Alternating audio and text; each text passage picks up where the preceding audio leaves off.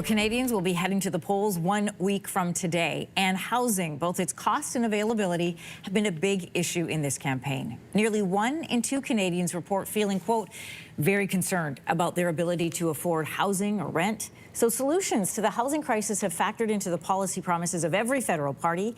And joining us this morning to help evaluate those proposed housing plans is Nimoy Lewis, assistant professor with the Toronto Metropolitan University's School of Urban and Regional Planning. Good morning to you. Good morning. Thanks for having me. Listen, just to set this up for everybody, according to data from the Canadian Real Estate Association, housing prices in this country have increased 375% in the past 20 years. Adjusted, the average in Canada right now for a home is $678,000. That, of course, varies depending on where you live in this country. Let's start off with the Liberals' plan.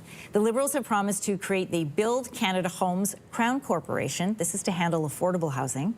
They also want to encourage municipalities to reduce development restrictions and say they're going to waive GST for first-time home buyers on all homes purchased for $1 million or less. What do you think of what they've announced so far? What do you make of this plan? I think it's a good plan if you're trying to enter into the ownership market.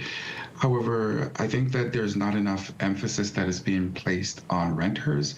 I do recognize that the Liberal plan has prioritized the development of non-market housing.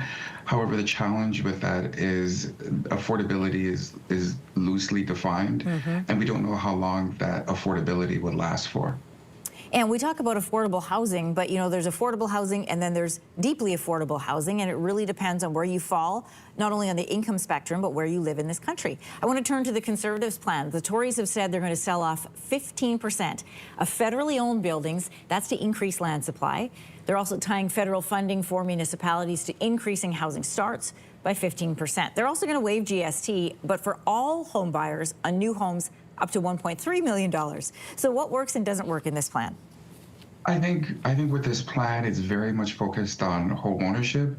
And the challenge that I have with this plan is that there's not much mention of renters. And we know that it simply ignores about 33% of the Canadian population.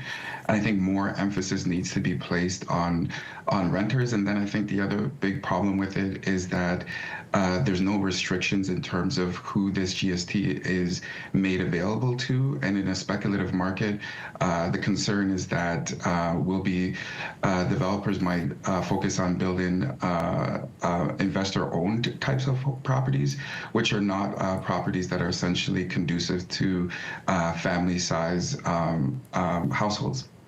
Yeah, and we started us off by saying sort of the average national home price in Canada for March 2025 was $678,000. The rent, by the way, is just over $2,000. So, I mean, a real need right across the country.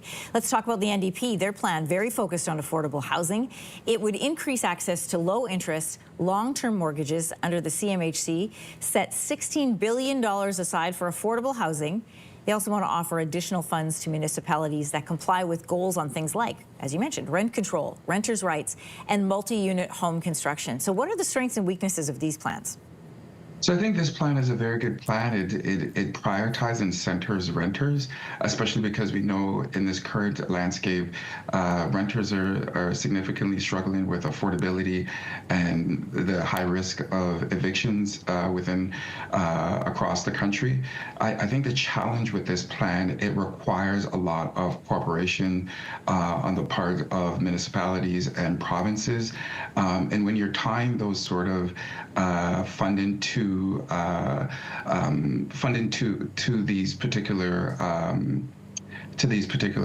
funding to provinces and municipality, it requires a lot of cooperation. And so the concern that I have with this particular plan is that if there's particular provinces like, for say, Alberta or Ontario, where Ontario removed rent control off properties built after November the 15th, 2018, and Alberta doesn't have rent control.